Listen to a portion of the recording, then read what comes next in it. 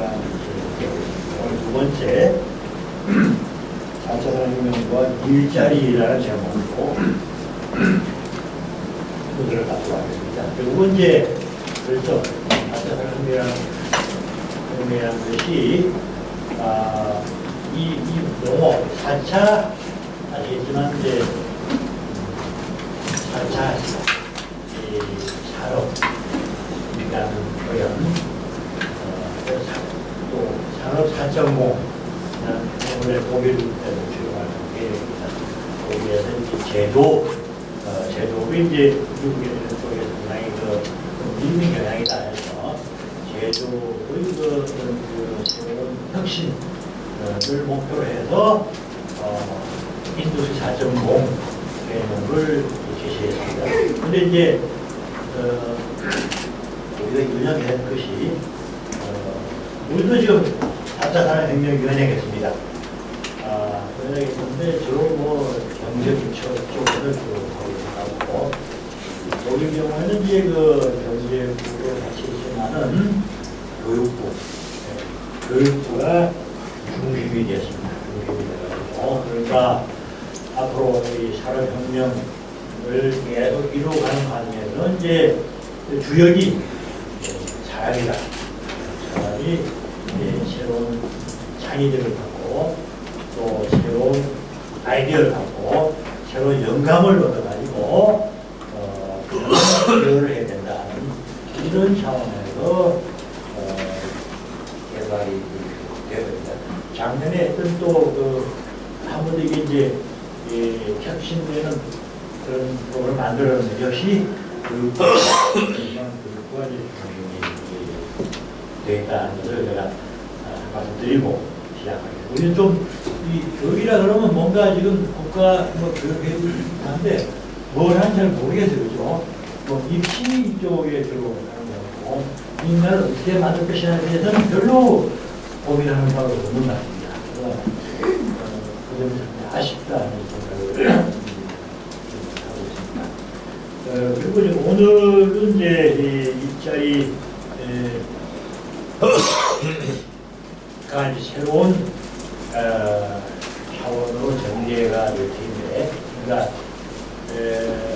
말하자면 한편으로는 수없이 많은 일자리가 없어지고 한편으로는 새로운 일자리가 생겨납니다. 그러니까 좀 전에 배운 이 기술, 학습 이런 것들이 곧 쓸모가 없어진다 하는 게 이런 그 현실로 다가오고 있습니다. 그러니까 학교에서 배운 일을 나가보니까 아무자 쓸모없다. 다시 배웁니다. 그것이 계속되고 있습니다. 그래서 또 학교 졸업하자마자 바로 시행이 안 되지 않습니까? 바로 실업자 상태이기 때문에 그래서 4차 산업혁명 과정에서 가장 중요한 부분이 사회보장, 소셜시큐리티, 사회보장. 그 공백기간에 어떻게 살아갈 것이냐 이 문제를 같이 해결해야 됩니다. 일자리가 없는 순간 이 생겨나기 때문에 그리고 또 한편으로는 새로운 기술을 습득을 해야 된다. 딱 전개되고 있는 이런 빠르게 진행되는 과정에서 경제 기술은 이미 아웃 오브 데이트 되기 때문에 새로운 경험을 경험해야 된다. 그래서 이제 재교육, 평생교육 이것이 이제 그 화두가 되는 것이죠. 이제 그런 과정에서 이제 일자리 문제도 이제 공부를 해야 됩니다. 근데 그 중에서도 오늘은 주로 이제 물론 다른 것도 나오겠지만 주로 그 화두를 플랫폼 노동으로 이제 시작을 하겠습니다. 플랫폼 이제 영어인데요. 다 아시죠? 플랫폼은 이제 기차 회계하게 되면 플랫폼이다. 그런데 이제 제가 지난주에 그 독일에 있었는데요. 독일에서 또 해당되는 말이 글라이서. 그런데 이 플랫폼에 관해서는 제가 독일 책을 조금 전에 보고 왔는데 여기서도 영어로 그냥 플랫폼을 씁니다. 이건 제가말로 플랫폼으로 이렇게 정의가 이미 이제 되어 있기 때문에 이것은 국제적인 보편적인 그런 개념으로 우리가 다양한 걸 할 수가 있다. 그래서 어떤 간에 이 새로운 형태의 등장하고 있는데 우리나라 경우에 이제 특수 고용노동자가 있고 또 자영자가 있고 그러니까 이제 이걸 어떻게 구분할 것이냐 아니면 근로기준법상의 근로자 크게 세 개념이 있는데 이 중에 어디에 더 가까운 것인가 그래서 노동자들이 그러니까 근로기준법상의 근로자에 가깝다 그러면은 근로기준법이 전적으로 적용이 되게 되겠죠. 자영자라 그러면 노동법이 적용될 여지가 없고 민법상의 계약으로 보기 때문에 민법이 적용될 것이고 특수형태 근로자라 그러면 우리가 그 이제 산업재 보장보험 시행령에 그런 내용이 있습니다만 우리가 뭐 하든지 조사라든지 또 레미콘 기사라든지 이렇게 직종 적용되는 또 이제 사회보장법상의 규정들 그것이 적용이 될 것인가 여러 가지 법률 문제가 동시에 등장합니다. 그래서 어디에 더 맞는 것이냐 그래서 오늘 규명에 관한 그런 수업을 들어보겠습니다. 자 그러면요 여러 형태가 있지만은 또 우리 익숙하게 하는 것이 배달앱의 경우가 많이 얘기했습니다. 근데 이제 외국에서는 이제 우버, 우리나라 경우는 이게 허용 안 되고 있습니다. 독일도 허용 안 됩니다. 프랑스도 안 되고 영국이나 이런 데는 되고 있습니다만 우버 저도 한번 타봤는데 어떤 날에 제가 타봤나 체코에 타봤습니다만 그러니까 저는 좀 당했어요. 약속을 했는데 그 약속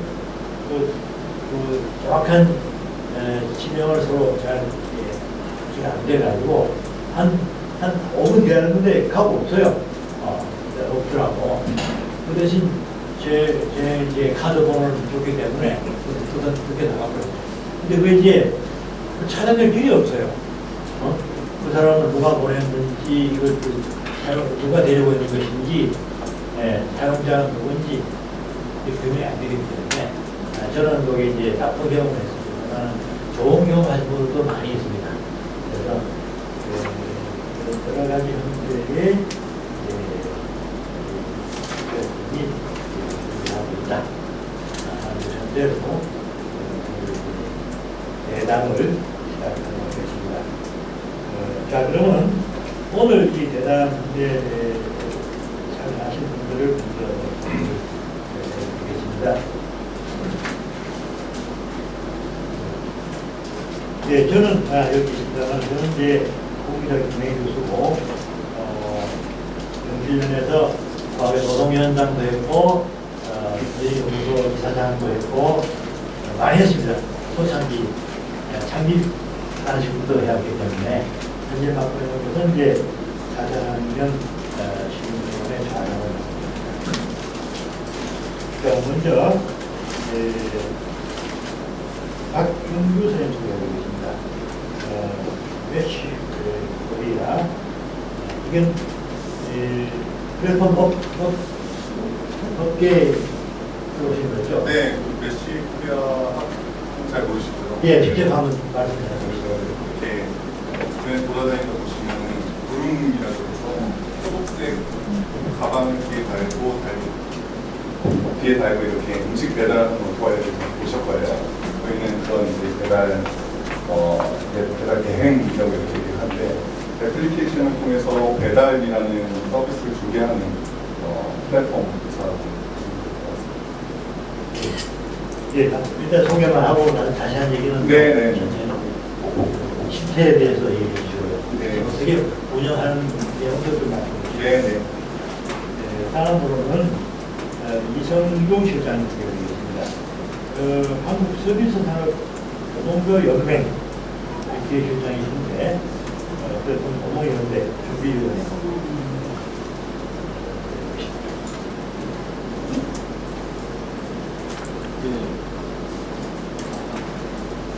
예, 민주노총 산하에 있는 노동단체고요. 전국 서비스 산업노동조합연맹의 기획실장을 맡고 있고, 여기는 지금 중심위원장으로 시위가 돼 있는데, 지난 3월 19일 날 플랫폼 노동연대라고 하는 사실상 노동조합이죠. 공식 출범을 했습니다. 지금 대표를 맡고 있습니다. 네, 반갑습니다. 예, 감사합니다. 다음으로 전자신문의 최동희 의원입니다. 제가 알기로는 이제 저희께서 여러 가지 그러니까 지금 논제 그걸 이제 하셔가지고 대항해 주시더라고요. 본 소개를. 반갑습니다. 저는 전자신문 지승희 기자라고 합니다. 저희 전자신문은 지금 이제 4차 산업혁명, IT 이쪽과는 이제 가장 밀접하게 있는 매체라고 생각합니다. 네이버 테크맨이라든가 카카오 테크맨 또 저희 전자신문과 같이 만들고 있고, 그래서 급변하는 가장 혁명 시대에 사실 제가 배달까지 담당한 저희 그 IT 매체에서 배달까지 담당할 줄은 몰랐는데 그만큼 사회가 급변하다 보니까 배달 쪽에도 IT가 결합이 돼서 제가 오늘 이 자리에 나오게 됐습니다. 여기 계시는 전문가들만큼은 잘 알지 못하지만 그동안 현장에서 느꼈던 점들, 이런 것들 나름대로는 좀 얘기를 해보려고 합니다. 감사합니다. 네, 감사합니다. 정민아 선생님께서는 한 5분쯤 있다가 도착하십니다. 오시면 하고. 자, 먼저 그러면 이제 시작하도록 하겠습니다. 주제를 이제 지금 나눠드린 자료에 있습니다. 문제가 있습니다. 플랫폼 노동에 대해 소개를 드리지만은 구체적으로 그 개념과 정의를 한번 차분히 한번 써놓은 것들을 있다. 플랫폼 노동의 개념과 정의 한 5분간 자, 그러면은 플랫폼 노동은 무엇인가? 각자가 생각하시는 이제 그 개념 다양하게 소개합니다. 1분씩만 어떤 게 플랫폼 노동일까요? 예, 다시. 교수님들이신데 저희가 또 지금 무슨으로 갈 겁니다. 네. 저도 사실 이제 업계에 있으면서 플랫폼 차라고 이렇게 평가를 받고 하고 있는데 플랫폼 노동이라는 그 개념에 대해서 깊게 생각을 해보지 못했습니다. 하루하루의 비즈니스에 바뀌게 되기가 아니라 근데 이 업이 점점 커지면서 근데 우리가 모르는 것들이 있구나, 이거는 법에서 규정하지 않는 것들이 있구나라는 걸 하나씩 이제 깨닫고 이런 자리를 통해서 배우고 사회적 합의가 이루어지면 또 그걸 따르고 이렇게 될 것 같은데요. 저는 그래서 이제 플랫폼 노동이 무엇일까 이렇게 질문을 받아서 생각을 해봤어요. 제가 생각하는 거는 그냥 문자 그대로 플랫폼에서 거래되는 노동 이렇게 생각을 했습니다. 실제로 노동이 플랫폼 속에서 거래가 됐습니다. 그러면 이게 어떤 의미가 있냐를 또 생각을 해봤더니 우리가 이제 디지털 그러니까 SNS나 애플리케이션 같은 디지털 플랫폼이라고 그런 디지털 플랫폼이 등장을 하면서 이전에는 이렇게 만들어지기 어려운 서비스가 생겨나고 거래가 될 수 있게 된 게 아닌가 생각을 해봤어요. 그러니까 플랫폼이 없었다면 없었거나 또는 굉장히 비효율적이었을 서비스가 플랫폼이라는 매체를 통해서 서비스화되고 거래가 될 수 있게 됐다. 그 안에서 거래되는 게 노동이라면 그게 플랫폼 노동이 아니겠다 생각했고요. 플랫폼 업체에 개입하는 이 정도에 따라 문제가 여전히있겠지만 기본적으로 플랫폼 마켓플레이스를 수요자와 공급자에게 제공을 하고 그 안에서 수요자와 공급자가 자유롭게 거래를 하는 게 플랫폼 노동이라고 생각합니다. 너무 길었습니다. 예, 감사합니다. 다음으로는 이성준 실장입니다. 예, 여기 시간 5분 전체가 그래서 5분 자, 아무튼 플랫폼 노동은 지금 법적으로 정의된 건 없습니다. 아시겠지만 좀 발빠르게 가고 있는 프랑스 노동법 예를 들어보면 프랑스 노동법전에는 아예 정의를 만들어 놨어요. 전자적 방식의 플랫폼을 이용해서 직업 활동을 수행하는 비임금 노동자 이렇게 해놨습니다. 예, 앞에는 이해가 되는데 왜 비임금 노동자죠? 플랫폼 노동자들은 자기가 일하는 건당 수수료를 받아가는 수입으로 되어 있기 때문에 급여가 고정되어 있는 임금 노동자가 아닙니다. 이런 정도, 고용정보원에서 표현하고 있는 정의가 일부 있고요. 저는 노동단체 입장에서 보면 불안정한 노동, 비정형 노동, 비표준 노동 이렇게 그냥 간단하게 정의할 수 있을 것 같습니다. 네. 그럼 최종 이장입니다.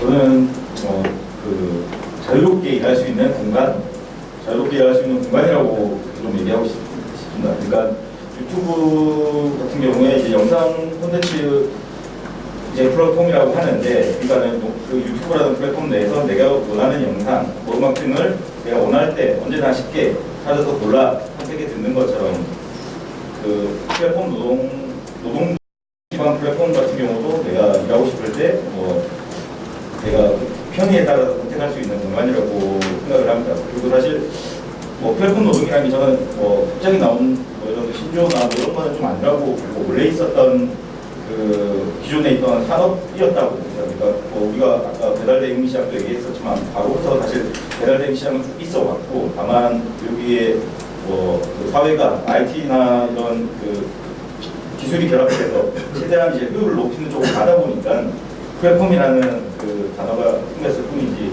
사실 원래부터 저는 있었던 이런 얘기라고 생각합니다. 예, 감사합니다. 서로 다른 관점에서 이렇게 안내해 주셨습니다. 저도 한 말씀 드릴게요. 제가 지금 조금 전에 이제 녹일자를 받았는데, 우리 법학자 중에 한 분이 쓴 내용이 있습니다. 플랫폼 노동이라는 것은 수요와 공급을 통합하여 시장에서의 교환을 단순화해서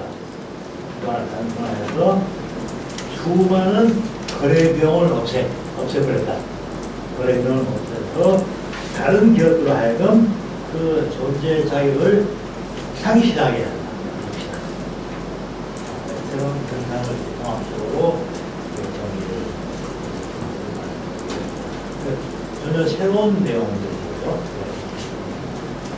자, 그러면 이제 개념에 대해서는 그 정도 하고, 자, 문제는 이 플랫폼 노동의 이 종류는 이제 여러 가지 관찰이 있는데, 배달이라든지 이런 얘기가 많이 나왔듯이 뭔가 좀 부족한, 열악한 이런 생각이 들고 있습니다. 이 노동의 질에 대해서도 지금까지 배웁니다. 여기 주셔가지고 한 말씀씩 해주시고 있습니다. 그러니까 안정성이라든지 성숙성이라든지 유연성이라든지 여러 개 플랫폼 노동이 갖는 어떤 특색이랄까, 특징이랄까, 그걸 관찰하신다고 생각해요. 그 순서를 볼까요? 먼저 하실 때. 이번에 5분. 예. 저는 이제 회사에 있다 보니까 회사의 경험이 좀 말씀드렸습니다. 저희가 얼마 전부터 파워소싱 일반인들이 와서 배달 업무를 할 수 있는 예약만 자전거를 받아서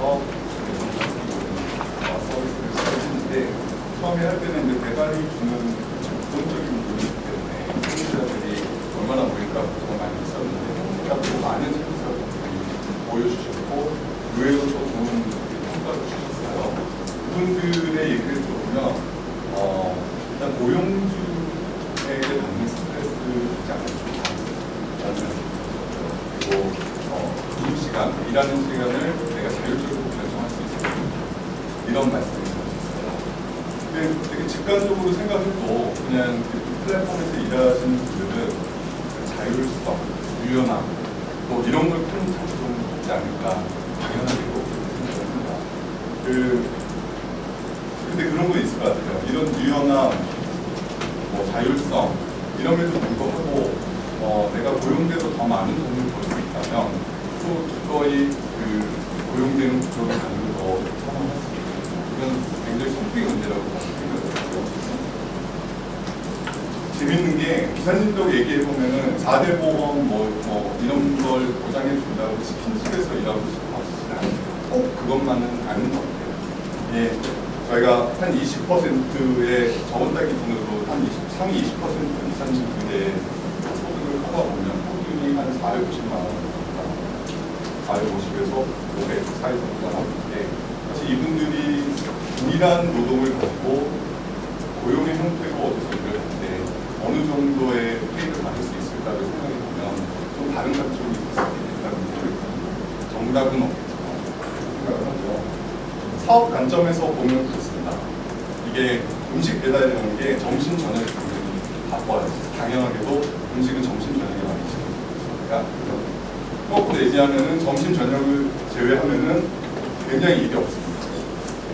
그러다 보니까 음식을 하는 사람 입장에서는 항상 바쁜 시간에 맞춰서 풀 페퍼를 만들어 놓았어야 돼요. 그러면 그분들은 반대로 안 바쁜 시간에는 공급 과잉이 됩니다. 그러니까 상점주 분들께서는 그렇게 비즈니스 하기 굉장히 어렵습니다. 그럼 플랫폼 회사가 직접 고용해도 마찬가지예요. 저희는 그렇게 비즈니스 할 수가 없습니다. 그런 관점에서 제가 요즘 우리나라의 배달 음식 시장이 굉장히 커지고 있는데 이 유연한 배달 대행 서비스라는 게 없다면은 그렇게 시장이 성장할 수 없었을 거라고 생각합니다. 네, 감사합니다. 지금 자유롭게 말씀하세요. 제가 요즘 이쪽 저쪽 좀 많이 빌려다니고 있는데요. 노동의 얘기를 하면 잘 안 들어주세요. 잘 이해를 못 하시는 것 같아요. 플랫폼이 워낙 이제 플랫폼 경제 쪽에 대한 부분들이 부각이 되다 보니까 실제 거기서 일하는 사람들에 대한 얘기들은 뒤편에 있는 것 같아요. 저는 굉장히 강하게 얘기를 하는데요. 플랫폼 경제, 디지털 경제가 긍정 부정이 존재합니다. 부정이 없다고 얘기할 수는 없어요. 그런데 조금 우리가 조심해서 바라봐야 될 것은 플랫폼이라고 하는 온라인 공간을 제공해서 그 온라인 공간에 참여하는 참여자들, 이용자들 간에 서로 간에 알아서 거래하기 때문에 플랫폼을 그쪽에서 제공하는 입장에서 보면 개입하고 있지 않다라고 얘기할 수 있습니다. 그런데 실제 음식 배달하는 종사자를 보면 어쨌든 배달 대행 앱을 스마트폰에 깔고 거기에 기본적인 자기 개인 정보를 제공해야 되고요. 언제든지 그 앱을 키고 나서부터 일이 시작되긴 하겠지만 어쨌든 자기가 생계를 위해서는 일정 시간 동안 일을 하지 않으면 수입이 보장되지 않는 구조잖아요. 어쨌든 일을 해야 되잖아요. 그러면 아까 우리 대표께서 말씀하셨던 것은 450, 500 이게 아니라 어떤 분들은 한 달에 한 800, 950 분들도 실제 있어요. 근데 그분들은 7일 동안 하루에 15시간 이상씩 일해요. 이건 정상적인 직장인이라고 볼 수가 없는 거죠. 저는 그래서 긍정 부정이 존재하지만 실제 보통의 통상의 노동자들이 갖고 있는 기본적인 인권, 건강권, 일과 삶의 균형 이런 것들을 좀 전제를 하고 그냥 자유롭게 우리는 알아서 일하는 거니 관계없습니다 이게 아니고 어쨌든 플랫폼 기업들도 사실은 과학기술정보통신부의 관련한 부서에서 오신 분이 이렇게 얘기하더라고요. 정부에서는 플랫폼을 디지털을 DNA로 부른대요. DNA. 뭐냐고 물어봤더니 D는 데이터예요. 빅데이터.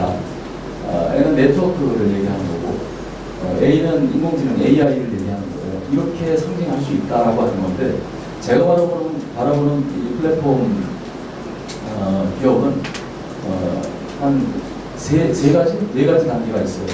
우선 플랫폼은 선점을 해야 있다. 어떤 영역인가. 우선 진입을 해야 돼요. 우선 그 선점을 하는 게 굉장히 중요합니다. 두 번째는 이용자와 참여자를 확대시켜서 독과점 상태를 만듭니다. 그럼 빅데이터가 만들어지겠죠. 데이터가 축적이 되겠죠. 그리고 나서 네트워크 효과가 쭉 일어납니다. 다른 영역까지도 네트워크에 대해서 뭔가 해볼 수 있는 시도들이 쭉 발생돼요. 궁극적으로 그렇게 하다 보면 이제 전문가들이 이런 얘기 하던데 잠김 효과라는 게 있어요. 더 이상 다른 플랫폼 기업들이 들어오지 못하는 그 과정, 그 수준까지 올라가 버린다. 어떤 특정한 플랫폼이. 그러면 이제 그다음부터 수익을 내기 시작해요. 자기 마음대로. 이건 좀 너무 부정적으로 표현한 건데 실제 그런 흐름들이 쭉 있는 겁니다. 근데 빅데이터는 누가 제공을 하죠? 플랫폼을 이용하는 참여자들, 뭐 국민들이잖아요, 일반 국민들. 그렇게 축적된 빅데이터를 활용해서 수익을 창출해서 부가치가 창출되는 것을 누가 가져갑니까? 플랫폼 기업들이 취하고 있잖아요. 저는 그래서 플랫폼 기업들이 사회적 책임을 일정하게 가져야 된다. 기본 전제로. 그래서 그 플랫폼 안에서 일하는 노동자들의 문제, 그다음에 이용하는 사람들의 개인 정보 문제, 또는 그 안에서 아무튼 벌어지는 여러 가지 문제들에 대해서 자기 스스로 정화하고 절제하고 하는 이런 하나의 영역이 또 필요하다. 저는 이렇게 보고 있거든요. 그래서 아무튼 플랫폼 노동자들은 어렵습니다. 네, 어렵습니다. 수입이 많고 적고를 떠나서 우리가 흔히 일반인들이 얘기하고 있는 일본 산명 기간 거의 불가능한 상태인 거고요. 물론 좀 자율적이지만 실제 배달 대행을 앱을 통해서 일하는 배달 기사들도 일하기 시작하는 순간부터는 사실은 자율성이 없어요. 일하는 시간, 또 일하는 내용, 이건 다 자기 스스로 결정할 권한이 하나도 없습니다. 뭐 그런 말씀하셨지만 레시코리아 국민하고 쏙 치고 다니잖아요. 하여튼 그런 건 아니지만 아무튼 그러한 보이지 않는 비율들이 있는 겁니다.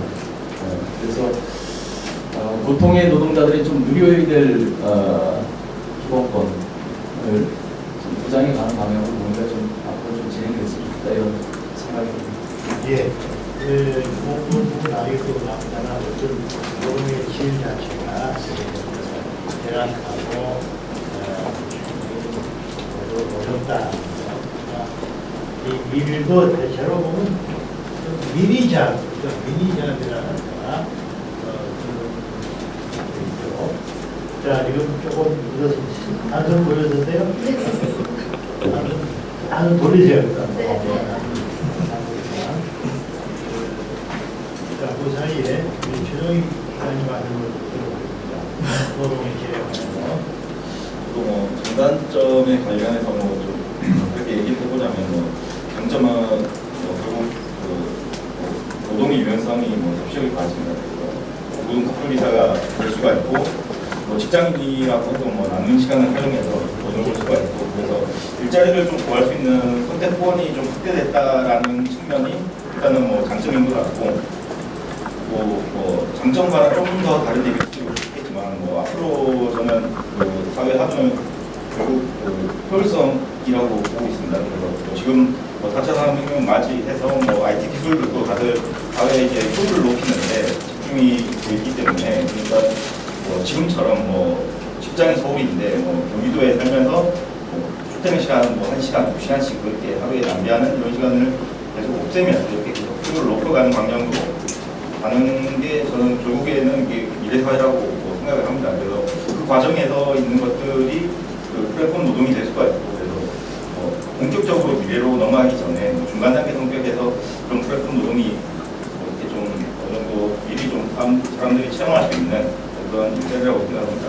그리고 단점에 대해서는 사실 좀 애매한 부분들이 저는 조금 있다고 보는데 일단 당장 가장 비슷한 거는 프리랜서 과거에 있었던 프리랜서 노동자와 노동자의 단점이 결국 플랫폼 노동자의 단점이 아닌가 그렇게 생각합니다. 그러니까 자유로운 대신에 이제 또 사회 안전망적인 부분에서는 분명히 허술한 부분이 있고 그리고 여전히 신산업이다 보니까 기존 업체들이 내에 속해 있지 않다 보니까 여러 가지 보호받을 수 있는 장치들이 많이 없는 게 사실이라고 생각합니다.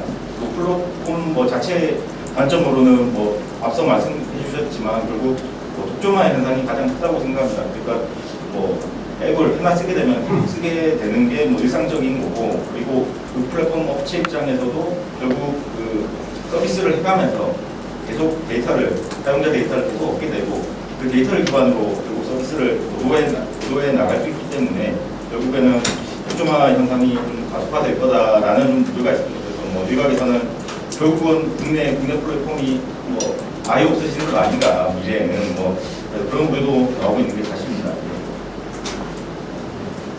네, 예, 감사합니다. 자, 그러면은 우리 정민아 팀장님 하고 보내셨죠? 네네. 그럼 지금까지 우리 6부시 했거든요. 네, 그럼 1번, 2번 합쳐가지고 그 노동의 그 개념 생각하시고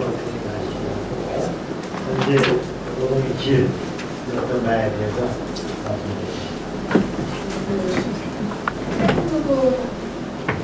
이 사실은 좀 용어가 공유경제 용어가 많았는데 저희는 공유경제라는 용어는 안 쓰고 싶다는 입장이에요.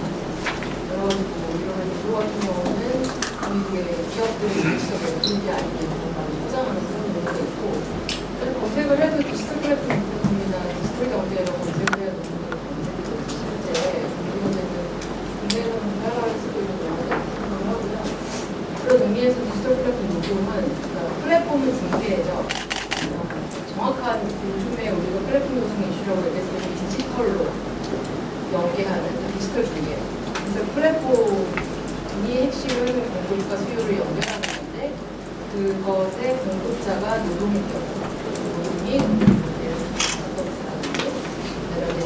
그게 디지털 플랫폼 요금이 아닌가 저는 생각을 하고요. 그 노동의 질 부분에 있어서는 지금도 말씀해 주셨지만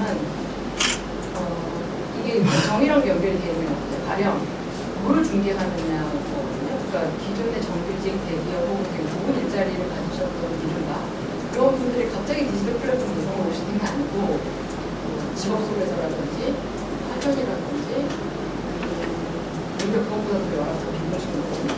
그래서 이미 하셨던 부업 이런 분들의 시장에 디지털 플랫폼이 들어온 거라서 가격 배달 기준은 전단지 시장을 대체하고 있고 이분 같은 경우는 중국 사장님 혹은 아니면 배달 지점을 내리고 그다음에 직업소득 이걸 대체하고 있는 거가라고 인식을 해야 된다. 그러면 그거에 따른 장단점을 기준으로 논해야 된다고 봅니다. 그런 면에서 갑자기 새로운 노동이 출현했나 그건 아니라고 생각을 합니다. 그러면 특성의 차이들이 좀 큰데요. 가령 디지털 플랫폼 사업자가 잘 아시겠지만 제가 프레스 포럼에서 보면 일단 굉장히 규모가 커야 돼요. 공급과 누구 한두 명 매치건 이런 게 아니고 일단 양이 풀링이 충분히 있어야 되고 기본적으로는 거래 비용이 예전에 옥상 다단계 구조의 시스템이었다면 중국에서 지금은 거래 비용이 굉장히 단순화돼서 직거래 수준의 매칭을 해야 사실 필요성이 보장이 되는 거고 그런 면에서 양성화되는 것도 있는 거죠. 플랫폼상이 굉장히 기록이 났기 때문에 가령 플랫폼 노동을 얘기할 때 보이지 않는 어떤 프로그램이 노동을 이렇게 한다 이런 부분이 카카오 대리 때도 논쟁에서도 보여졌지만 오히려 기존의 폴사였죠. 더 보이지 않는 프로그램상들이 존재했던 거고 카카오 대리가 나오면서 대기업이 등장했고 오히려 눈에 들어오기 시작했고 투명해졌고 그렇기 때문에 더 이슈가 됐다고 생각을 그게 나쁜 건 아니지만 적어도 상대하고 얘기하고 요청할 대상이 눈에 등장한 거죠. 라이더 시장도 똑같이 기존에 뭐 국내에서 10명 더 하시거나 사장님이 알바를 보고 오시거나 이런 거는 대리할 주체가 사실은 없잖아요. 지금은 기업이 등장했기 때문에 오히려 더 드러난 상황이다라고 보고 있고 그런 면에서 투명화되고 양성화되는 과정 중에 있다 보입니다. 그래서 산업 혁신이라고 우리는 얘기를 하고 혁신이 전혀 나쁘게 떠나고 변화가 있는 거 시장 자체가 예를 들면 배달 기존의 배달 시장을 그냥 연계하는 게 아니라 배달 일들이 등장해서 안 먹던 음식도 배달이 되고 그리고 푸드테크라는 얘기를 쓰기도 하는데 드론으로 배달하는 생각을 하고 그런 맥락이 저는 장점과 연결이 되어 있다고 생각을 해요. 노동자 입장에서는 가령 가사 주부니까 예전에 직업적에서 통해서를 봤을 때 이 집에 나오자가 있는지 새가 몇 마리인지 동물이 있는지 알 길이 없으니까 가격이 천차만별이고 그러나 지금의 플랫폼을 통해서 할 경우에는 집의 상황, 몇 시간 가고 뭘 해야 되고 그걸 정확하게 나눠서 할 수 있고 그런 방식의 사실상 이게 그 조건이 됩니다. 플랫폼 노동이 태워졌을 때 그런 면에서 저는 투명해지고 있다고 생각을 합니다. 단점으로는 가장 많이 얘기하는 게 이런 분들이 원래도 사회 안전망에서 배제돼 있으셨고 특보에 오래 있는 것처럼 그게 고스란히 모르는 두 번째는 로스킬, 그러니까 저숙련 노동의 경우가 더 많습니다. 물론 하이스킬 고숙련 IT 개발자라든지 이런 쪽이 활발히 진행되고 있는 공급이 부족하고 가지고 천차만별이 높아서 정부도 하기 싫어하시는 분들이 많으시고 기존의 로스킬의 경우에는 플랫폼으로 이제 시장이 확대될 경우에 과연 공급자가 충분히 많은 진입장벽이 낮기 때문에 그럴 경우에 좀 더 처우가 안 좋아지는 거 아니냐, 부담이 떨어지는 거 아니냐. 지금 국내 상황은 공급자가 다시 부족한 상황인 것 같고요. 장기적으로 봤을 때. 그래서 대안으로 주로 얘기가 나오는 것들이 이런 직업훈련이나 고용보험이나 이런 사회안전망의 개혁과 동시에 하이스킬로 올라갈 수 있는 여러 가지 방안들을 통해서 지금 우리는 따라 대비를 해야 된다라고 얘기를 하고, 저는 그게 뒤집어 말하면 이 불안정성이 단점이 될 수 있고 거기에 대해서 얘기를 해야 되는 게 아닌가. 예, 감사합니다. 내용이 많이 말씀드렸고요. 하신 아까 이제 처음에 정의할 때 이제 엄청 부분을 좀 들어봤습니다. 제가 말씀드린 부분인데 어쨌든 공급과 수요가 통하게 되고 시장의 교환을 변화하고 그다음에 이제 수많은 거래 비용을 없앤다. 이런 점은 공통적인 것이고 장점과 단점은 나눠서 일단 좀 보다 더 자세한 게 자, 그럼 이제 세 번째로 넘어가나요? 적정 수수료와 영향 분배가 이게 열악하다, 어렵다, 나와 있지만 구체적으로 이제 수수료를 어떻게 배분이 되고 이게 파이 어떻게 분배가 되고 이게 실제 어떤지 이걸 중심으로 나눠보려고 하겠습니다. 세 번째 주제가 적정 수수료와 공정한 분배 이렇게 되어 있는데요. 여기서 말씀하신 것 중에 하나가 플랫폼 활성화되면서 거래 비용이 상당히 축소됐다. 어떤 분들은 거래 비용이 제로가 됐다 이렇게 얘기하시는 분들이 있어요. 그래서 보지 않거든요. 물론 물건을 살려면 과거에 마트에 차를 몰고 가거나 걸어가거나 어떤 식이든지 사람이 포괄이 됐었고 음식 시켜먹을 때 전화를 하거나 온라인상에 다 이루어지니까 굉장히 편리해진 건 사실입니다. 거래 과정이. 그런데 이렇게 생각해 보면 음식 배달 얘기를 한번 해보자고요. 음식 배달 우리가 이제 음식 배달할 때 주문 앱을 통해서 배달앱을 중이라고 하는 알려져 있는 주문 앱을 통해서 음식 배달하면 그 음식 배달 앱은 중개 수수료를 취하게 되죠. 그리고 이제 음식점으로 그게 전달이 돼서 음식점에서 배달 대행 앱을 통해서 또 이제 배달 기사를 통해서 이제 전달이 되는 건데요. 그럼 배달 대행 앱도 사실 또 대행 수수료를 취할 수밖에 없어요.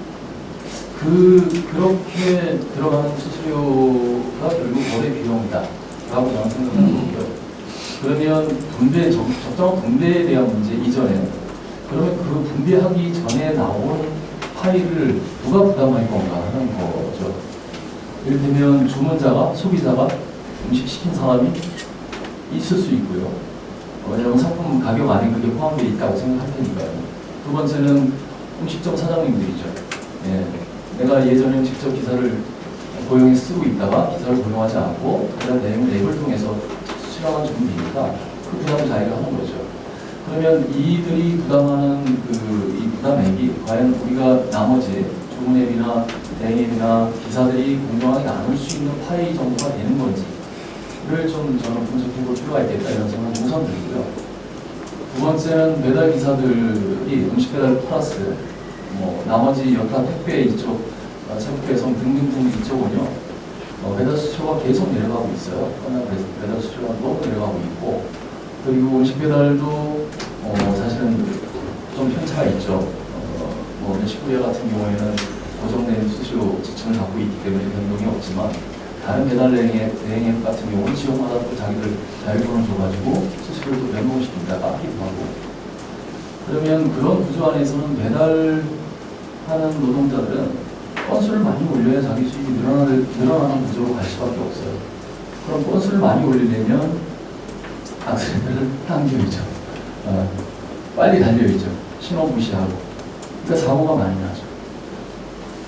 이런 상황에서 이게 적정한 수술이라는 게 과연 어떤 기준을 갖고 우리가 논의를 해봐야 되는 건지 저는 사실 근본적인 문제를 좀 고민을 해봤으면 좋겠다 이런 생각이 우선 들었습니다.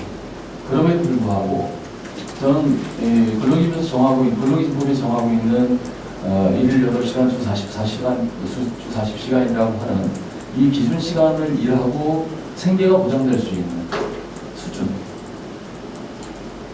그걸 맞추기 위해서 그럼 수수료는 어느 정도 이게 나올 수 있을 것 같아요. 저는 그냥 간단하게 얘기하면 그런 정도일 것 같습니다. 예, 감사합니다. 자, 이 분배에 관해서 예, 그럼 먼저 기억이 먼저. 네, 알겠습니다. 네. 그 적정 수수료가 얼마여야 되냐, 되게 어려운 부분인 것 같아요. 근데 저희가 소비자한테 얼마나 받을 수 있을 거냐는 문제이기 때문에, 근데 뭐 여러분들이 아시겠지만 저희 소비자들은 치킨 한 마리 배달하면서 배달비를 10,000원씩 지불할 의지는 없으신 거잖아요. 지금 시장에서는 3,000원, 4,000원 이 정도의 시장인데 이걸 가지고 어떻게 효율적으로 나눌 거냐의 문제인 것 같아요.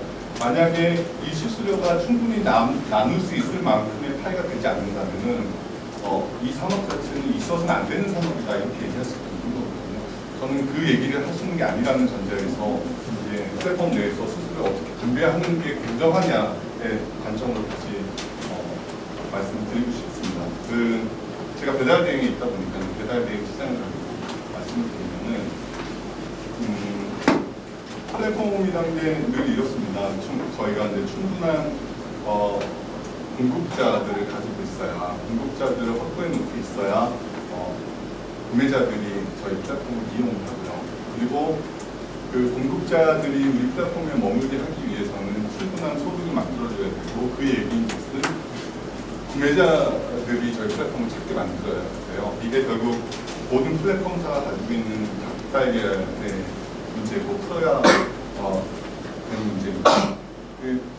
근데 문제는 이 닭, 달걀 모두 경제 환경에 있어요. 저희 같은 경우는 소비자 입장, 즉 배달비를 내시는 상점주 입장에서는 너무나 치열한 경제 환경이 있기 때문에 다른 대안이 있다면 하다못해 대안이 직접 고용해서 배달하는 것도 대안이 될 수 있을 거고요.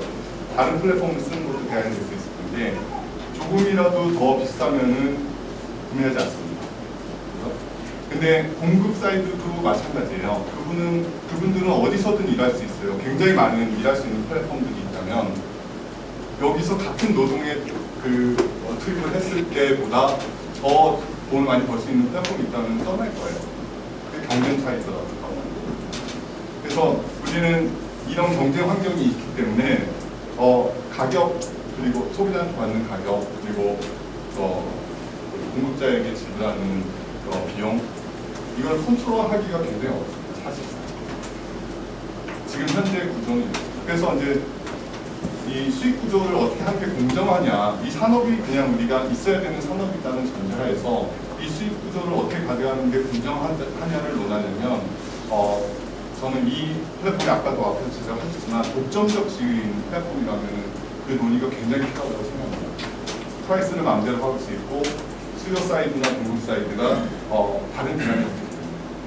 근데 지금 많은 플랫폼들은 그렇지가 않아요, 사실.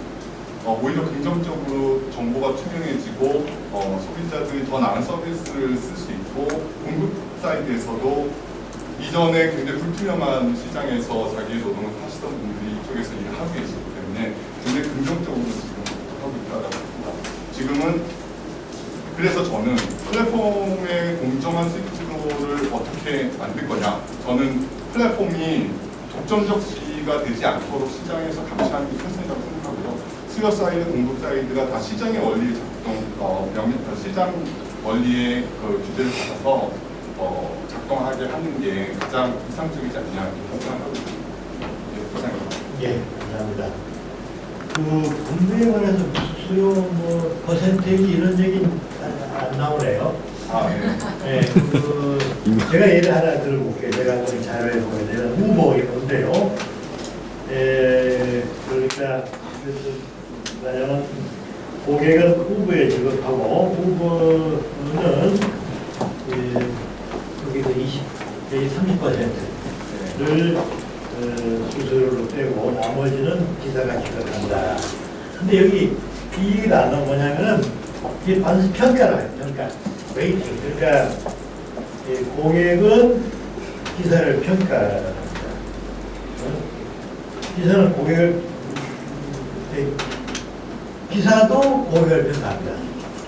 평가의 거가 아직 안 나오는데 제가 이번에 저기 유럽 가서 제가 저기 제네바에 있었는데 2주 있었는데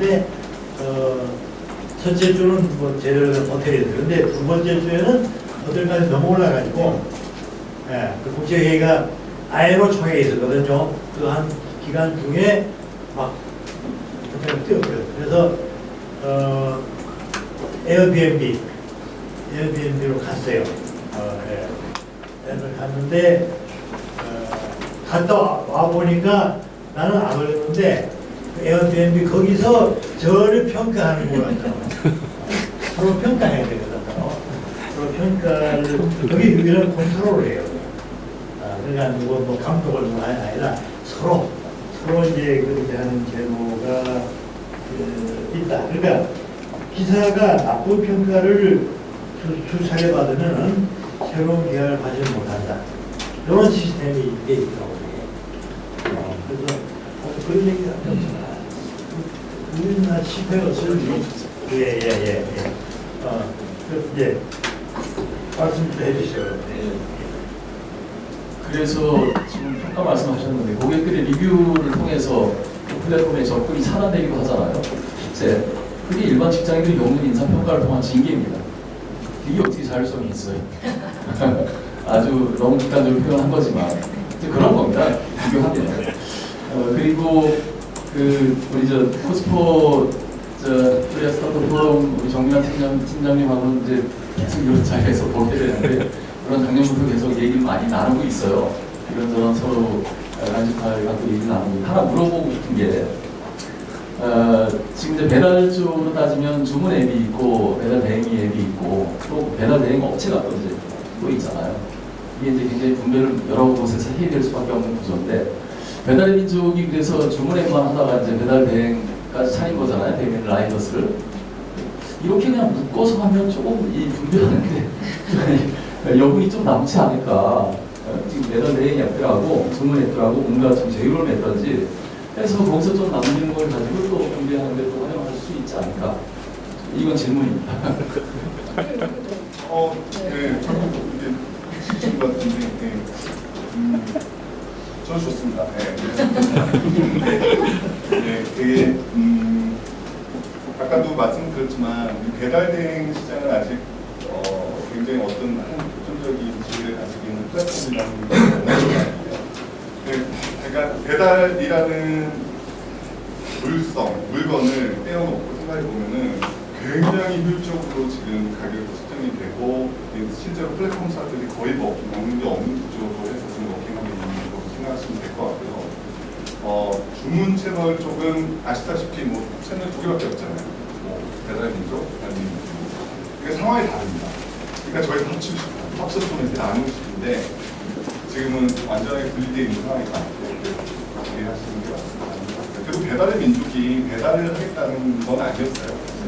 그게 배미 라이더스라는 그 서비스를 시작한 거는 원래 배달을 안 하던 음식점들을 이 주문 채널로 유입하기 위해서 자기네들이 그런 업체들에게 배송까지 같이 해주겠다라는 인센티브였지 사실 그거 자체가 서비스를 하겠다는 건 아니기 때문에 아직은 완전 디바이드된 저희도 그게 전체의 파일을 어떻게 나눌 거냐 하는 부분에서는 같이 놓고 보는 게 이상적이라고 생각합니다. 현실은 좀 다르게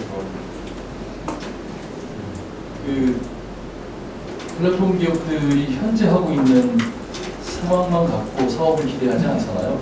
이미 한참 먼 것까지 다 이미 예측해놓고 다 하고 있는 거죠, 사실. 지금 우리 요즘 이용하시는 분들이 있는지 모르지만 타다 운영하는 소카라고 하는 기업들도 있고, 또 타시어리 이쪽과 관련된 기업들이 사실 우리나라에 지금 불법으로 돼 있어서 오버가 못 들어와 있지만 결국 그 시장을 겨냥하고 있는 거예요.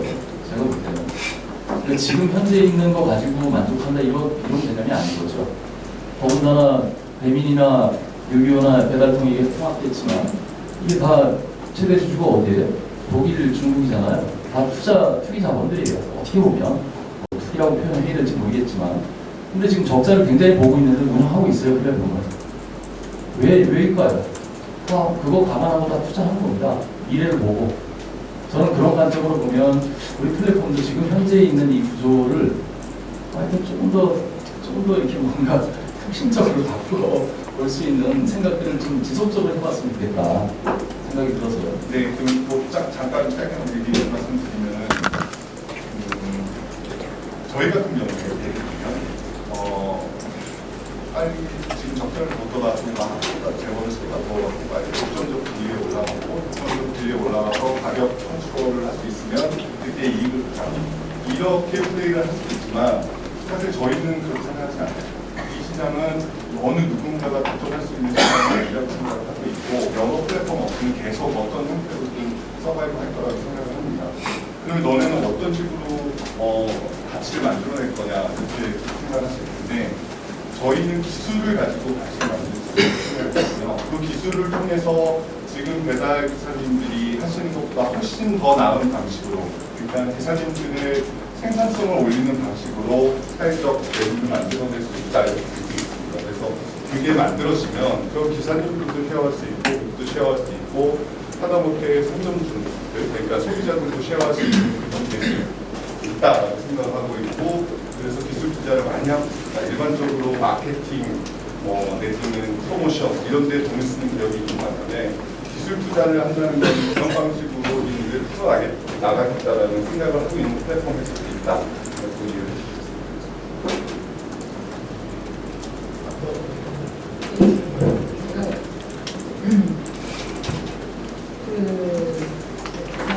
서비스 연맹이라고 자주 여기 오시 제가 1년 됐는데 IT를 지금도 보고 앞으로도 알 생각이 별로 없습니다. 근데 자주 만났던 이유는 솔직히 저희의 기업들을 까면 깔수록 훨씬 더 논의가 질이 올라가요. 그러니까 우리가 싸우고 있는 대상은 기존의 직업 속의 정보권, 기존의 프로그램사, 실제로 거기서 전세버스 기사님 예를 들면 전세버스도 지금 플랫폼에 들어오고 있는데 전세버스 기사님들은 되게 좋아하세요. 그러나 전세버스 회사가 싫어하죠. 그래서 전세버스 기사님들이 우리한테 직접 돈을 달라. 회사가 떼보는 게 사실 우리 지입인데 이런 얘기 하시는데 전세버스 회사에 돈을 안 주면 불법입니다. 그래서 못 줘요. 그리고 자꾸 전세버스 회사가 플랫폼으로 다 줄인다고 막 욕을 하세요. 그러니까 이런 상황이에요. 택시는 좀 다른 얘기예요. 우버는 이제 그 외에 공급자가 들어왔기 때문에 문제가 벌어졌거든요. 그래서 잘 아시겠지만 좀 구분해서 봐주셔야 되는 부분이 하나 있습니다. 그 다음에 수수료는 제가 여기서 또 하나 느낀 건 그 IT 회사 그리고 메시코리아다 지금 직원이 200명 되나요? 네, 그 중에 한 80명 중에 개발자. 그러니까 개발자난에 시달려요. 즉 개발이라는 게 되게 어려운 일이더라고요. 저도 개발 안 해봐서 몰랐는데 예를 들면 UX라고 하더라고요. 그러니까 어플리케이션을 쓰는 게 굉장히 쉬울수록 더 많은 개발에 노동이 들어간 거예요. 개발자도 비싸고. 그러니까 이게 그냥 예를 들면 어플리케이션 한 뚝딱 만들어서 매칭만 해주는데 뭐 수수료 떼가냐라고 할 일은 아닌 것 같아요. 그러면 가령 기술을 어떤 식으로 혁신하시는지 저는 기술 진짜 잘 모르는데 혁신은 저희끼리 무슨 얘기 하냐면 혁신은 종교가 아닌 이런 얘기 해요 실제로. 종교가 혁신은 성공 이런 분위기는 아닌 것 같아요. 그런데 이런 거죠. 예를 들어 최근에 노동부에서 배달 중 콜수신 금지를 했어요. 왜냐면 안전하지 못하다고. 불법의 이 여파로. 근데 지금 퀵은 7개를 깔고 합니다. 핸드폰을 가려. 왜냐면 콜을 많이 받고 싶으니까. 버퍼가 생기는 게 싫어. 그러면 프로그램 타 입장에서 보면 7명이 돌아다니는 거지만 이 사람은 한 명인 거고 프로그램 사용료를 똑같은 A사를 쓰지만 다 요금을 몇 배씩 내고 있는 거예요. 불안한 거죠. 그러면 그걸 금지시키는 게 맞겠죠. 핸드폰 하나만 써라. 근데 실제로 그게 시행이 되면 핸드폰을 더 많이 까시겠죠. 어차피 하나로 잡히니까. 근데 저희는 반발을 했어요. 왜 반발을 했냐면 예를 들면 메시플레이에서 말하는 기술 중에 하나 이런 게 있어요. A라는 지점에서 배달을 시작을 하면 중간에 동선별로 들어오는 콜들이나 이런 것들이 물비효율과 같은 것 같아요. 네. 그래서 콜을 엮어서 주는 거예요. 그러면 기존에는 시간당 2개를 했다면 이거면 핸드폰 하나로도 블루투스를 예를 들어 수신을 한다 치면 굳이 뭐 핸드폰에 조작을 하지 않더라도 6개, 7개까지도 할 수 있는 거예요. 가령 배달의 민족 라이더스 얘기 나왔는데 거기는 거의 직보용을 연봉 3,500으로 추진을 했다가 실패했어요. 아무도 직보용 없죠. 물론 그 여러 가지 이유가 있겠지만 실제 그거보다 더 많이 버시는 분들이 많거든요. 연봉으로 치면. 그런 시장이에요, 지금 이 시장이. 이게 하나 있고요. 수수료는 그래서 해외는 20%뭐 받고 이렇게 한다고 하더라고요. 근데 국내 분위기 너무 안 좋고 또 소상공인 분들 힘드시다는 얘기도 많았었고 그래서 배미는 수수료 폐지하고 광고비만 받고 있습니다. 그래서 여러 가지 또 그런 요점들이 존재를 하고 그래서 제가 좀 드리고 싶은 말씀은 여기도 기업이고 기술을 개발하고 있고 비용이 드는 회사다. 배민 직원이 지금 1,000명이고 전체 다 30명이라고 하는데 그분들이 그냥 어플리케이션 하나 만드는 회사가 그런 거예요. 사실 그런 의미에서 여기도 그냥 땅치고 헤엄치는 장사를 하고 계시는 건 아닌 것 같다라는 말씀을 하나 드리고 싶고 또 하나는 이케아를 저는 보면서 저는 이케아를 되게 좋아하거든요. 그러니까 가구가 좋아하는 분들이 싸잖아요. 근데 배송하면 못 들어가요. 조립비하고 해서 제가 50만짜리 전용 사는데 80만 원이 나왔어요. 근데 그때 무슨 생각이 들었냐면 이런 식의 감들을 계속 익혀가는 거에 이케아가 되게 큰 기여를 한다는 생각이 들었어요. 그러니까 우리가 조립을 하고 노동을 하고 배송을 하는 모든 과정에서 인력이 투입되는 거고 여기에 대한 비용을 지불하는 게 맞는 건데 그동안 공제에서는 별로 그렇게 가격 조정을 하지 않았어요.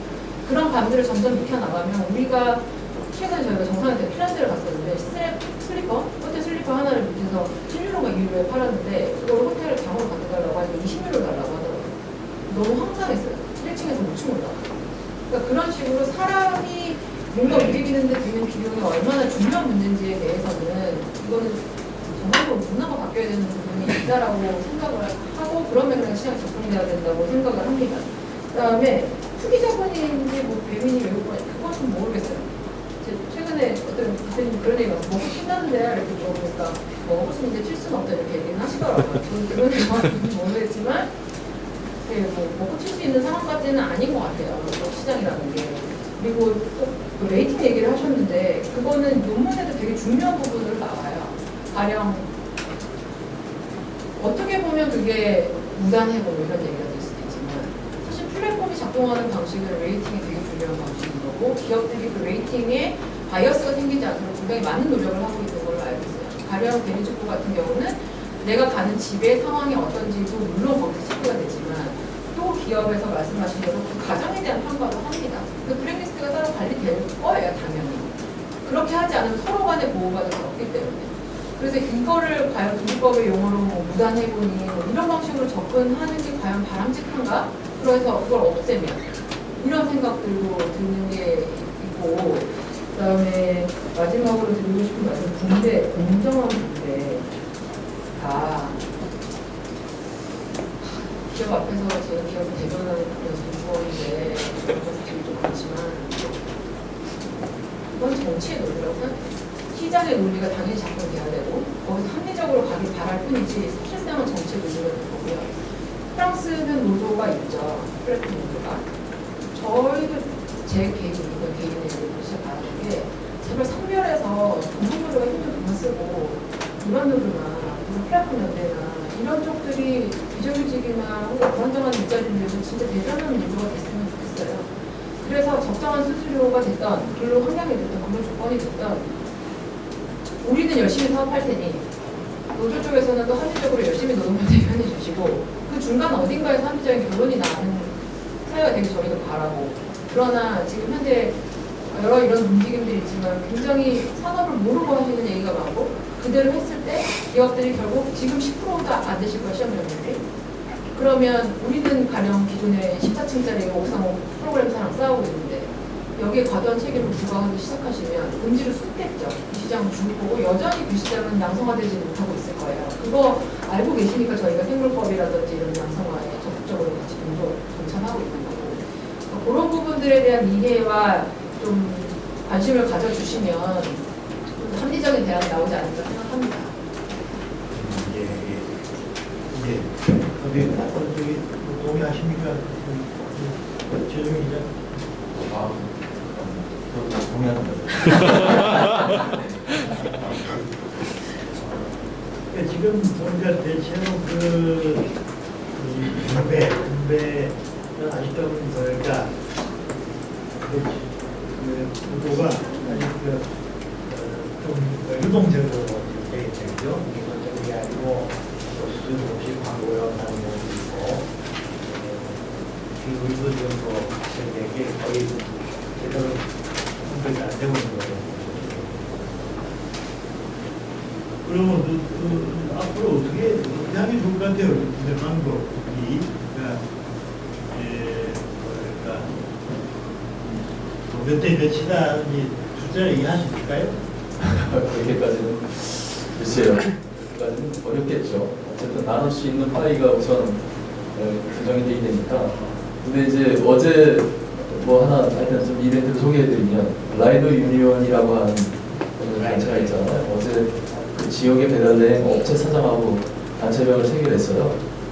배달 건당 수수료를 3,500원을 한다. 노동조합 활동을 자유롭게 할 수 있게 한다. 뭐 서로 뭐 쌓다 상생한다 이런 내용으로 해서 배달 수수료를 3,500원으로 합의한 사례가 어디 있었어요. 그래서 그게 이제 물론 그 아주 작은 지역에 배달된 업체 사장이 상대이긴 하지만 사실 이제 저는 그거보다는 실제 이제 위에 이 배달 플랫폼이라고 하는 원청이라고 하는 개념의 플랫폼 기업들과 이제 그런 것들이 사회적 대화를 통해서 서로 이 머리를 좀 맞대고 좀 준비하는 과정에 대해서 서로 상의하고 협의하고 하는 이런 그 대화들이 좀 필요하다는 생각이 들었습니다. 예. 그럼 지금 군대 문제는 그 정도로 해서 일단 넘어가고요. 나중에 나오면 또 얘기하잖아. 이제 네 번째로 넘어가죠. 안전 문제, 이게 뭐 제일 이게 좀 심각하다거나, 총알배달과 안전 문제, 이게 이제 사라지고 있습니다. 이제 성수문제를 사라졌지만 여전히 치열한 배송이기 때문에 군수에 쫓기면서 일하는 그렇습니다. 라이더라든지 예환이랄까 이런 것이 증명이 있고 어떻게 될까요?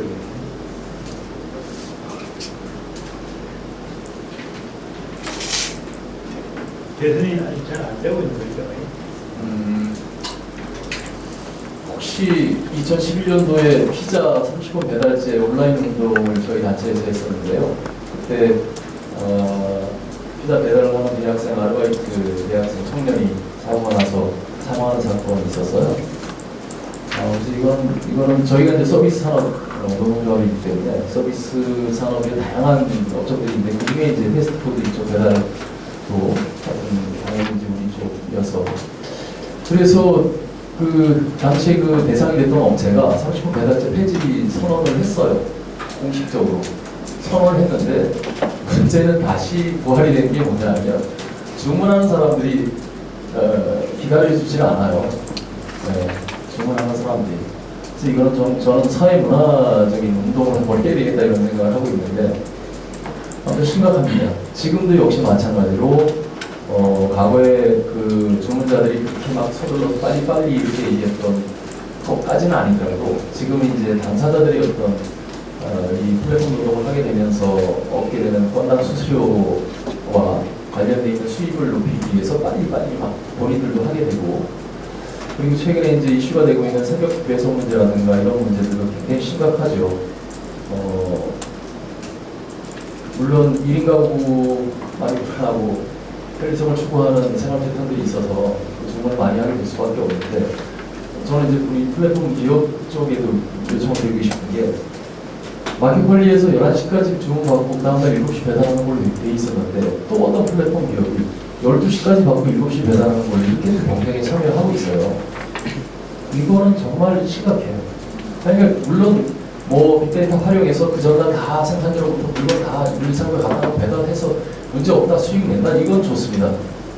기업의 뭐 본연의 뭐 저는 활동이라고 보는데, 다만 그러면 그 과정에서 일하게 되는 노동자들의 안전 문제라든가 또는 건강에 대한 문제라든가 이런 것들은 누가 그러면 조금씩 나눠서 책임질 건가? 저는 그래서 그런 경쟁을 안 했으면 좋겠다라고 하는 것이 일단 기업들에게 부탁드리고 싶은 거고요. 그리고 애초에 뭐 이미 그런 상품이 출시가 됐기 때문에 지금 진행이 되고 있어서 이걸 뭐 법으로 자르거나 못하게 할 수는 없겠으나, 우리 스스로들도 이 소비자들 스스로들도 특정한 물건 아니면 24시간 안에 배송하는 정도의 시스템을 갖춰서 낮에도 배송할 수 있도록 하는 방식을 좀 택하는 것도 괜찮을 것 같아요. 상하지 않거나 정말 뭐 아침에 혼자서 뭘 먹고 나가야 되는 이런 정도가 아니라면 한 24시간 배달 운동, 배송 운동, 바퀴 운동 이런 걸 좀 해서 일하는 사람도 좀 배려하고 그 본인들도 일정하게 좀 이렇게 양보하고 해서 그런 운동이 좀 있었으면 좋겠다. 그래서 일단 안전에 대한 문제는 거기서부터 출발해야 된다. 저는 그렇게 생각이 듭니다. 주로 라이더에 관한 문제죠, 라이더. 우리 보니까 지금 노동의 그 형태랄까 이쪽에 많이 배달 이쪽으로 해요. 제가 보니까 이제 다른 나라를 보니까 후보에게 있지만은 잔디 깎는 거, 장고기, 지향고기 대, 그다음에 경호 이런 것도 있고, 또 다른 물론 이제 포탈이 발달이 돼가지고 이제 돌봄이 건물상가, 건물 내리고 학설 문제. 그러니까 이게 아마 이쪽에 과외 형태인지고 이렇게 중간에 여러 가지 형태가 많이 좀 되고 있습니다. 우리 보니까 우리나라 한식도 이제 배달 여기 안전 문제가 제일 심각합니다.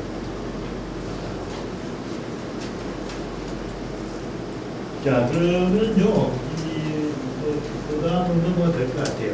그러니까 이제 여성 노동의 권리, 이렇게 나타난 여러 가지 현상, 장점, 단점을 얘기해봤는데, 단점, 또 권리, 이제 근로자로서의 권리를 행사할 수 있느냐, 많은 사람들이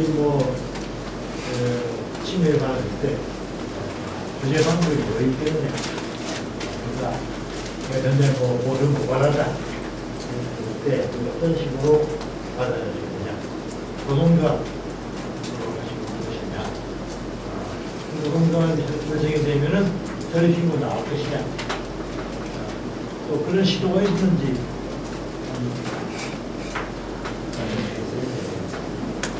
제가 계속 발언을 걱정하게 돼서 하는데요. 아무튼 노동단체 입장에서는 플랫폼 노동하는 사람들 모두 다 노동자성으로 인정해라. 노동법상 또는 집단 노동사업이 보는 노동조합법상 인정해라, 이렇게 하고 싶지 않아요. 왜 그러냐 하면 플랫폼 노동 영역도 크게 두 가지로 구분을 할 수가 있습니다. 이를테면 주로 온라인 웹사이트 통해서 일하는 분들이 있어요. 클라우드라고 하는 클라우드 이렇게 하는데요. 아무튼 보이지 않아요. 그분들은 거의 진짜 완벽한 프리랜서로 구분할 수 있도록 구분이 될 만한 그런 분들이 있어요. 그렇게 일하는 분들이. 그분들은 사실 노동자성을 얘기하기에는 너무 취약해요. 우리가 근거도 없고 주장을 하니까. 그분들은 주로 뭐 뭐 번역하거나 애니메이션 제작하거나 기사 작성하거나 그냥 컴퓨터 하나 있으면 일이 되는 분들이에요. 집에서 보이지도 않아요. 그분들은 당연히 고용관계 없다고 저는 생각해요. 그냥 민법상 계약에 의해서 공급자와 노동자가 그냥 해서 하는 거라고 봐요. 저는 O2O 쪽 영역인 거죠. 정확히 얘기하면 온라인 또 오프라인 앱을 통해서 또는 온라인 통해서 거래관계가 형성이 되면 실제 일은 오프라인에서 하는 거. 온라인 또 오프라인 이렇게 얘기하죠. 뭐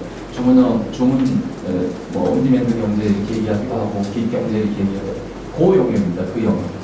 그러니까 실제 그 영역에서 일하는 분들은 이전에 전통적으로 특수고용 노동자 신분이었던 분들이 대부분 플랫폼으로 이동하고 있는 거예요.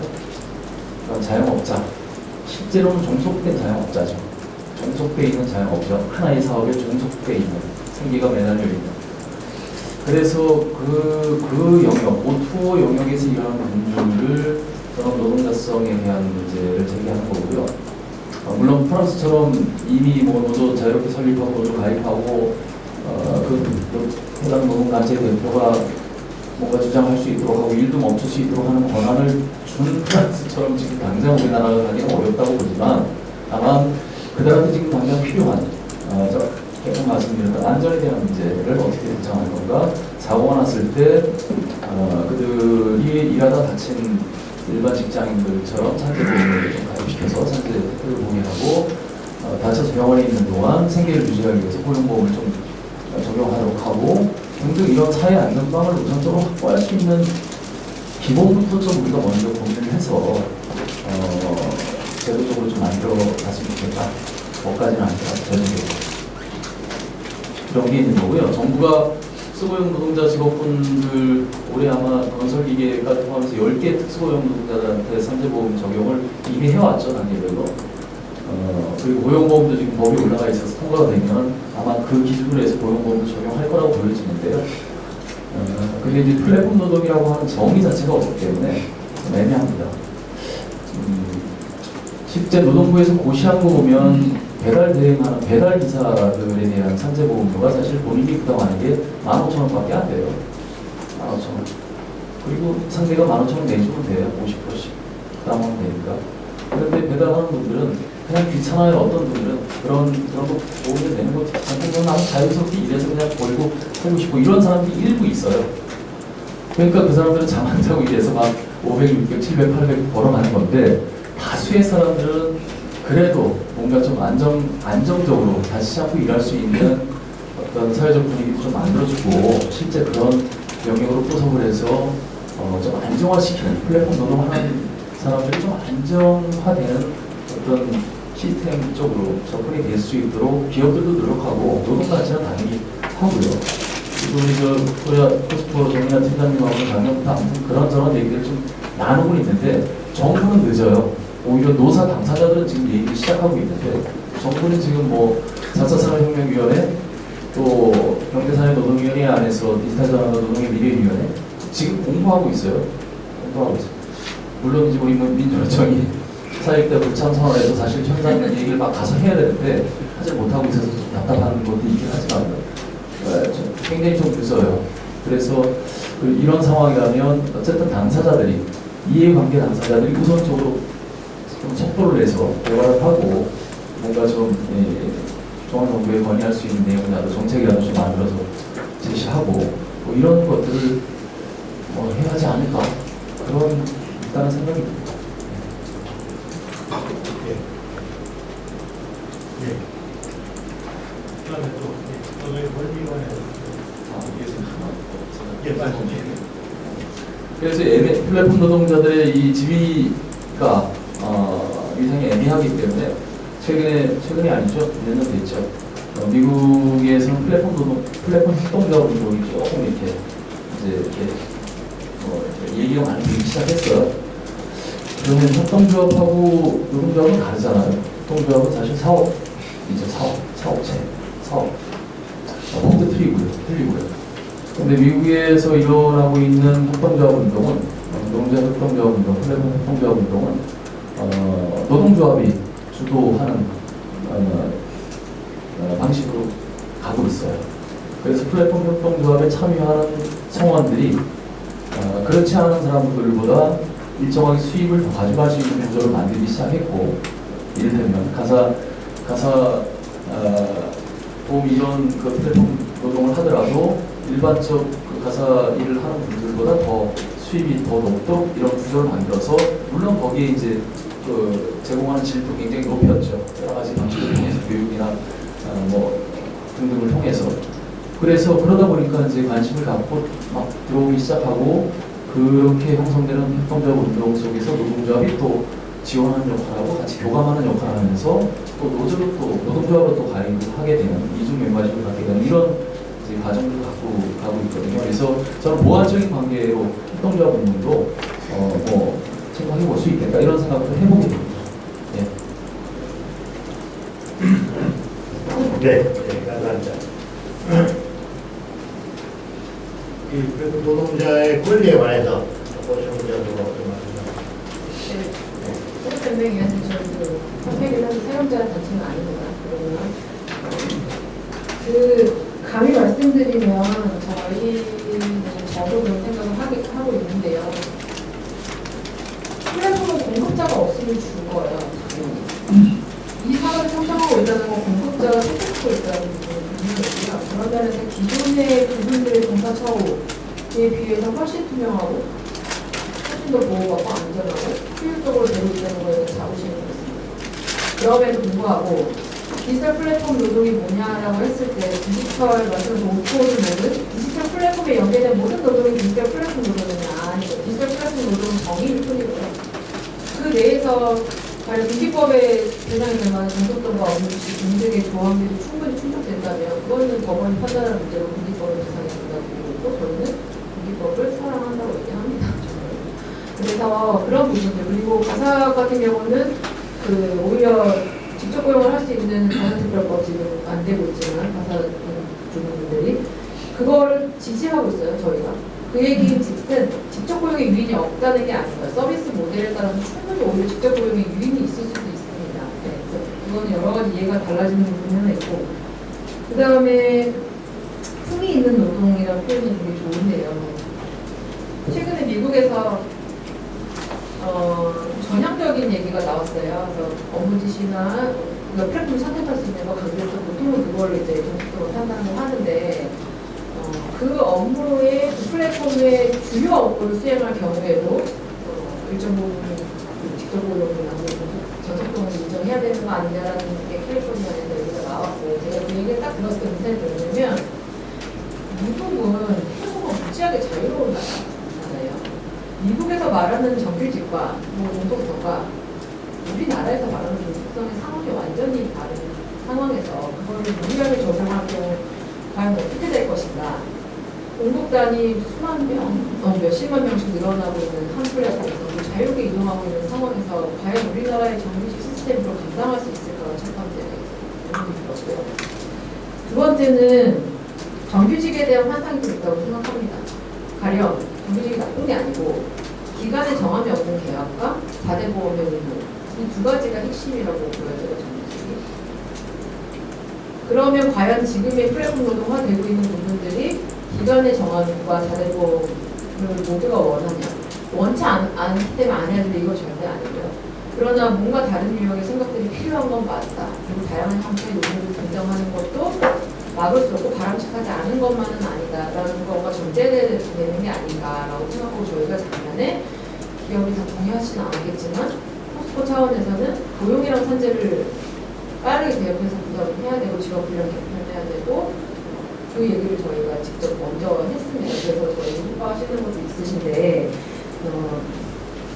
가령 진짜 다양한 노동을 포괄할 수 있는 품위 있는 노동이 될 수 있는 근로 조건이나 안전망이 무엇이 되어야 될지에 대한 논의들을 해야 되고, 오히려 경청에 여기서 기본적인 얘기해요.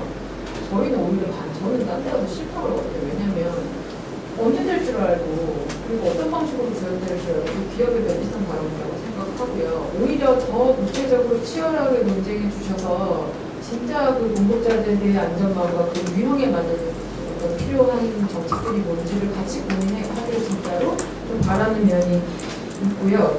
끝으로 이거에 대한 부담은 기업들, 양성화되고 있는 기업들만 적용돼서는 안 되는 건 분명합니다. 가령 기존의 콜사나 프로그램이나 다른 두 개에서의 상황이 같이 동시에 수습되지 않으면 신생 기업들은 죽을 수밖에 없고 그 과정에서 다시 인지를 숨을 수밖에 없고 특허문제 저 20년 동안 해결 못했는데 그 상황이 계속 지속될 거는 분명한 상황이고요. 그런 맥락에서 저희를 잘 활용해 주시고 잘 이해해 주시고 적정한 대안을 잘 공유해 주시면 충분히 대화가 되지 않을까 생각합니다. 다 말씀해 주시면. 근데 이제 플랫폼이 들어서면서 예전에 생각해보면 기술혁명 이런 것들이 제조업의 생산성 향상에 초점이 맞춰졌고 영향을 미쳐왔었던 것 같아요. 근데 이제 4차 산업혁명이 들어오고 플랫폼이라는 개념이 들어오면서 사실은 이제 서비스업의 생산성 향상과 노동권이라는 새로운 논쟁이 수익화가 된 것 같은데 저는 사실 이 자체만으로도 사실 저희는 큰 일을 했다고 생각합니다. 생각해보면 플랫폼에서 제공하는 이 노동 서비스 두 개가 아까 말씀하신 것처럼 아예 없었던 시장이거나 아예 없었던 형태의 서비스는 아닙니다. 기존에 굉장히 음성적으로 운영되거나 내지는 이제 비효율 때문에 아예 사업화되지 못했었던 영역들이 양성화되고 이제 사업화되는 그런 과정을 만들어준 거라고 생각을 하고 있습니다. 그리고 거꾸로 생각하면은 어떤 형태든 저희도 이제 노동과 생산성 향상 이 안에서 밸런스를 잡아야 된다고 생각하는데 플랫폼이라는 거의 본질을 훼손하게 되면 그리고 그 본질을 훼손하는 상황에서 플랫폼이 서바이브하지 못하게 되면 결국에는 그 시장은 다시 음성적인 시장으로 돌아가든지 아니면 비효율 때문에 만들어질 수 없는 사업이 되든지 둘 중에 하나가 되거든요. 저는 노동으로 먹고 사는 사람이고요. 저도 노동권의 존중을 받아야 된다고 생각하는데 기존에 최적화된 프레임으로 새로운 사업, 새로운 산업을 맞추려고 하면 안 된다고 생각합니다. 그렇게 됐을 때는 기존의 새로운 사업 자체가 죽을 수 있다고 생각하고요. 오히려 이런 새로운 변화가 있을 때 지금 이런 공론화 자리든 여러 자리들을 통해서 지혜를 모아갖고 이 새로운 개념의 새로운 프레임을 어떻게 만들 것이냐, 합리적으로 우리는 어떻게 결정을 해야 될 것이냐 이런 지혜들을 모아갖고 좋은 우리가 원하는 좋은 그림들이 나와야 있습니다. 네.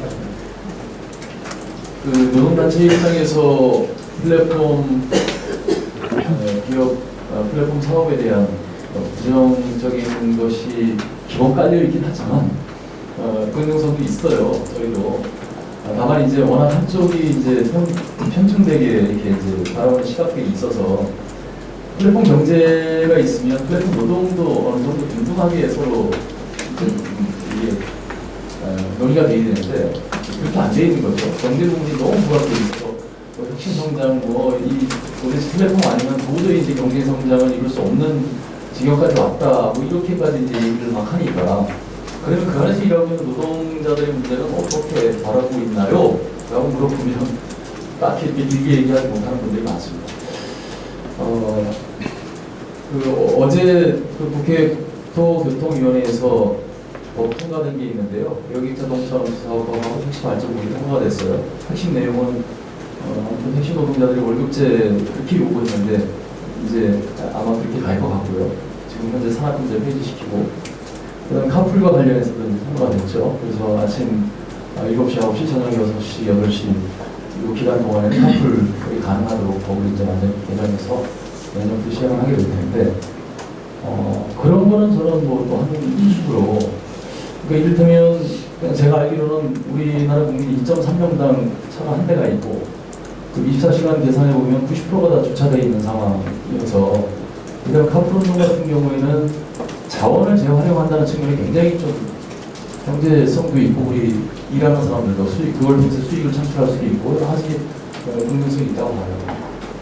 그런 거는 저는 훌륭하다고 봅니다. 그리고 또 우리가 전혀 그동안 생각하지 못했던 영역의 플랫폼 기업들이 진출해서 새로운 어떤 전형을 창출해내기도 하고 또 새로운 어떤 아직 이 논쟁 거리 보면 만들어지기도 하지만 또 그 안에서 일자리도 창출되고 또 새로운 경제도 활성화시키고 이런 게 있는 거죠.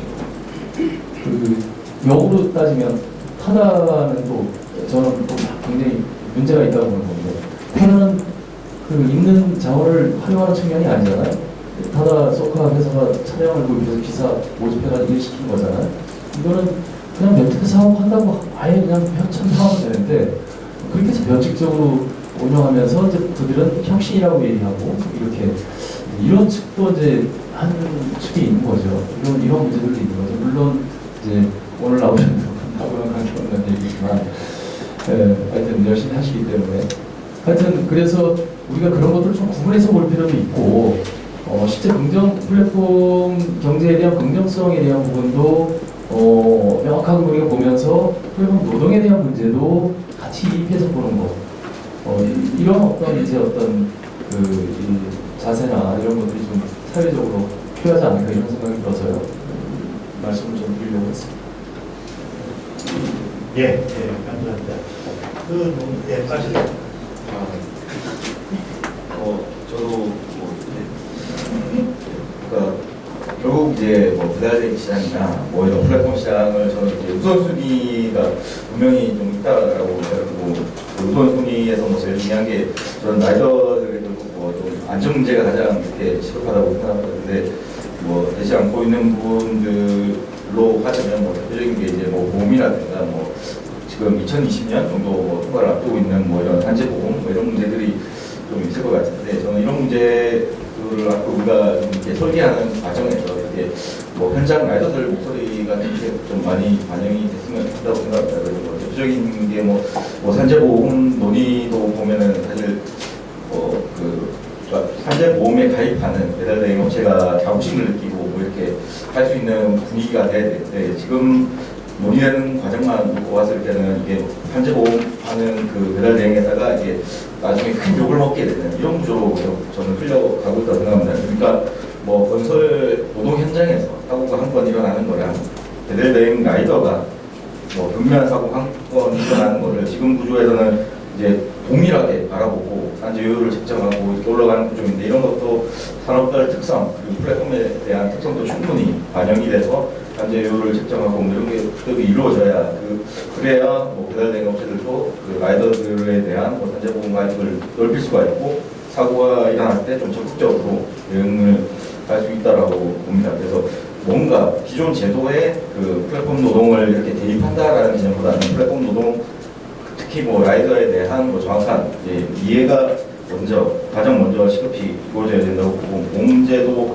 뭐 지금 뭐 종합보험 많이 들고는 있지만 사실 그 보장 범위라든가 뭐 요금도 보험료도 워낙 비싸고 보장 범위도 되게 조금 강합니다. 근데 이런 것도 곰곰이 따져보면 뭐 우리가 지금 플랫폼 노동 이 자리에서 얘기하는 것처럼 이미 IT 기술이라든가 4차 산업혁명 얘기도 나오면서 이렇게 많이 발전해 가고 있는데 보험은 플랫폼 노동이라는 이런 시장 흐름을 아직까지 못 쫓아오고 있습니다. 그래서 뭐 단순히 뭐 그냥 나이가 어리고 오토바이 성능이 좋으면 보험료를 더 내야 되는 이런 아주 단순한 방식으로 보험료들이 책정을 하고 있는데 이런 것도 좀 이 많은 라이더들이 종합보험에 들 수 있게끔 뭐 좀 더 세밀하게 뭐 예를 들어서 A 라이더는 뭐 평균 속도를 뭐 예를 들어서 뭐 60km 달리고 B 라이더는 80km로 달리면 뭐 80km 달리는 사람이 좀 더 낸다라든가 뭐 지금은 이게 상상력이라고 생각할 수 있지만 사실 지금 시대에서 결코 뭐 불가능한 얘기는 아니라고 생각합니다. 이런 식으로 해서 플랫폼 노동만 얘기할 게 아니라 뭐 보험부터 해서 다양한 분야에서도